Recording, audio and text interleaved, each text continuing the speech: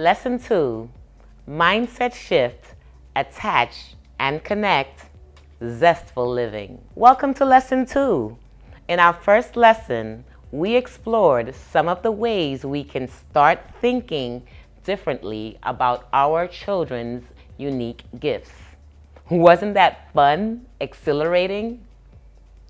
I hope that you are implementing some of the tools with your child and celebrating the difference it's making in your relationship with them. In this lesson, we're going to continue the conversation around shifting your thoughts about your amazingly gifted child. Let's get started as we explore how to shift from negative thinking to positive energy power. Some of you may be familiar with the 5 stages of grief, which was introduced by Elizabeth Kubler-Ross back in 1969. In her book, the author spoke of grief along a continuum, starting with denial, and then moving through anger, bargaining, depression, to acceptance. While the book was originally written to explain how people process the death of a loved one, we can easily see how the 5 stages of grief applies to an autism diagnosis. I'll be honest, 4 out of the 5 stages sound pretty negative, so the tendency is to try to rush through them to get to acceptance. I'm here today to encourage you to give yourself permission to experience each stage and work through the process to move to the next. Also, understand that just because you moved past the stage, it doesn't mean that you won't revisit that stage at some point. Although I have moved into the acceptance stage with Zachary's diagnosis, I still have my days when I'm in anger or denial or any of the other stages. Here's an activity. I want you to take a moment and in your course handout, write down what stage of grief you're currently experiencing as it relates to your child's amazing gift. There's no right or wrong answer. Now, how do you know you're in that stage? Write down some examples of your thoughts or behaviors that indicate which stage you're in. Again, it's okay.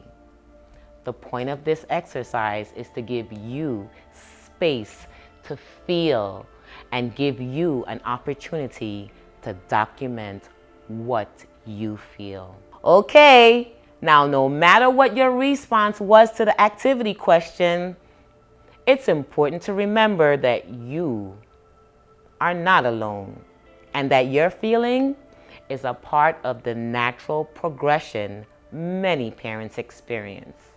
I have spoken to many parents about their experience with the stages of grief. Denial and anger seems to be the stages that lingers the longest in families with children living with autism. One of the most common questions I've heard is, why me?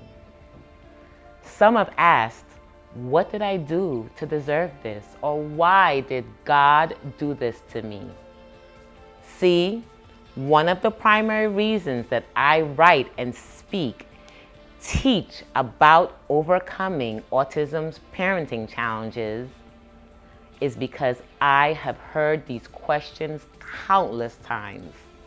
And what I know is that it's easy to stay stuck in negativity and despair unless we make a better choice. What if that better choice was simply changing your thoughts and words? What if you focused your thoughts on love, gratitude, compassion, and peace? Shifting your thoughts allows you to start answering the why me questions. When you shift your thinking, you will start to realize that your child regardless of their challenges, is a gift. What's even more powerful beyond that is that you will now be able to model a more positive mindset for your child. Wow. How much better would they feel about themselves if they knew that you saw them as a gift? Not a burden, not a chore, but a gift. Here's an activity. Go back to your previous response on your current stage of grief. Now write down one thing you can do today to start shifting to the next stage and move closer to acceptance. If you are already in the acceptance stage, write down one way that you can stay there. I remember a time when it was the hardest thing for me to speak about Zachary having an autism. No one knew. All they would see is a poised, professional doctor who can communicate and connect with others. They never knew that I have a child living on the autism spectrum because I hid it in shame. I thought that it was something that made me less than. Moving through those stages to the point now that I can sit in front of you and share my story, my journey, my ability to tell you about his amazing gift and now help you to see your amazing gift is one of the most exciting part of my journey towards autism acceptance. Now I have some juicy good news for you. I mean, this thing is so juicy. I need you to lean into your screen right now so you don't miss it. Are you ready for the good news? Okay, here it is. It's not your fault or anyone else's. Yes, that's right. No one is to blame here. And listen, I get it. Whenever anything goes wrong in life, we naturally look to assign the blame. For many of us, getting that diagnosis from our pediatrician was a grave moment, one that immediately sparked a wave of negative emotions. And we looked for someone or something to blame. I'm here to tell you it's not your fault or anyone else's. I want you to close your eyes for a moment. It may feel a little silly, but stay with me. With your eyes closed, I want you to repeat these words. It's not my fault. It's no one's fault. My child is a gift. Now I want you to say it one more time with all the conviction you can muster. It's not my fault. It's no one's fault. My child is a gift. Now open your eyes. Oh, I'm so proud of you for walking through that exercise with me. I want you to practice this anytime you start having those thoughts of why me, or when frustration creates the desire to blame someone or something. Now that you've added the mindset shift to your amazing gift toolbox, let's get into some more tactical tools to support you as a parent.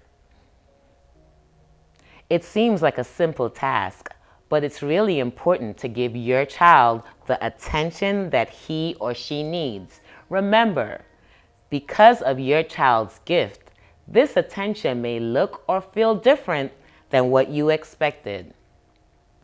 We've already addressed in lesson 1 how we have to let go of our expectations.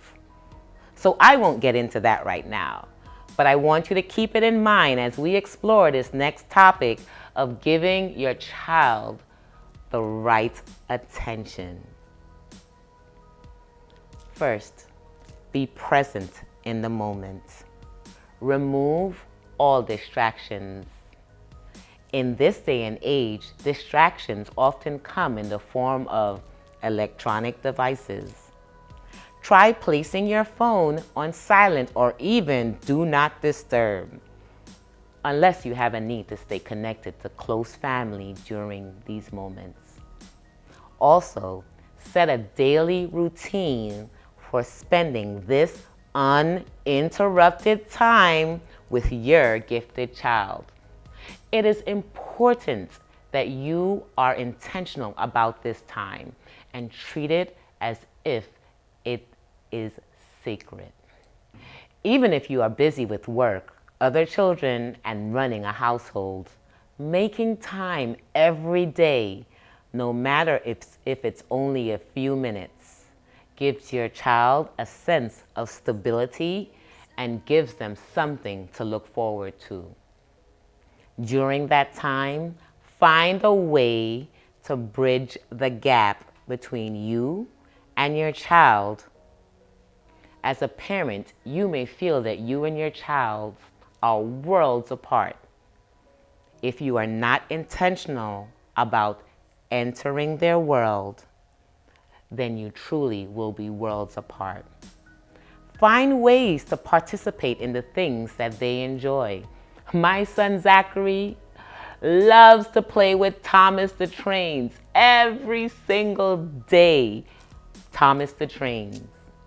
So I had to learn if Thomas the Trains and friends were so important to him, I had to enter his world.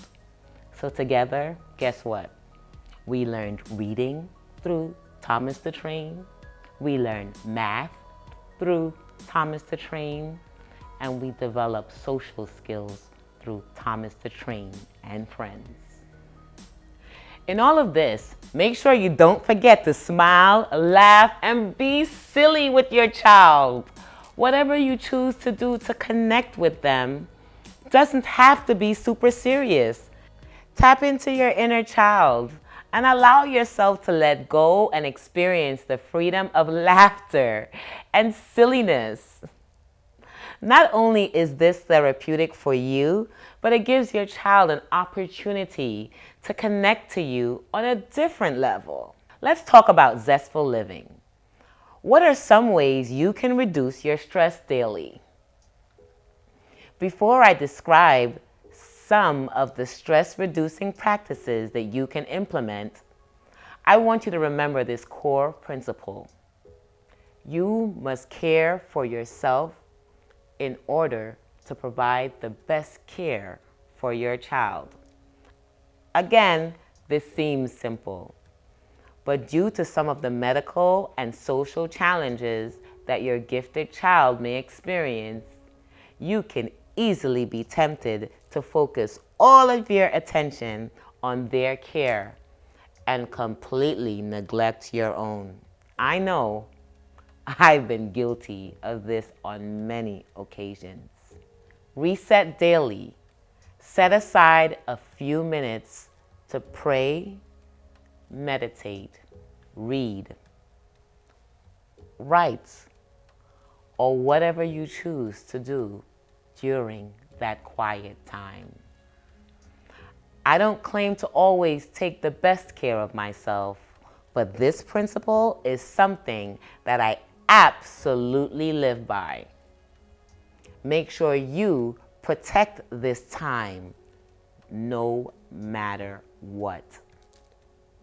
It will be your fuel for the rest of your day and give you that energy and peace you need to support your child with whatever challenges that may be facing that day.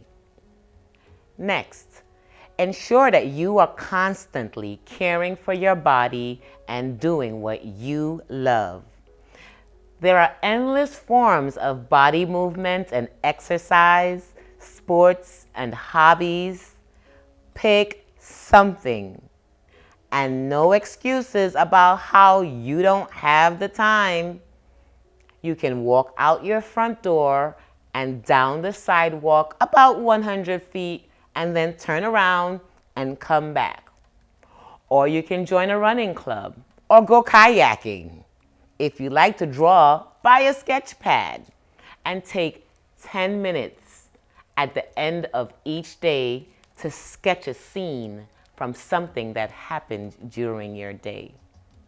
The point is, do something to care for you so you can be a better parent. Here's an activity, making the shift. Every morning as we wake up, you have to brush your teeth. Zachary has to brush his teeth. We go into the mirror as we're brushing our teeth, we look into the mirror and say, I am a winner. I say it, he says it. Together we say it. These are one of the ways that we start our day every morning. What positive daily routines do you do with your child to shift? List 2 activities that you and your child can start doing together immediately. Here's another activity. What does your child absolutely love to do? How can you get on their level and do it with them? What is your self-care plan? What do you commit to on the daily, weekly, or monthly basis to make sure that you have the energy and focus to support your child? Post your responses to Facebook, Twitter, Instagram, and in our private Facebook group, Accept My Autism Fest. Use the hashtags Aumazing Gift or hashtag Autism Acceptance.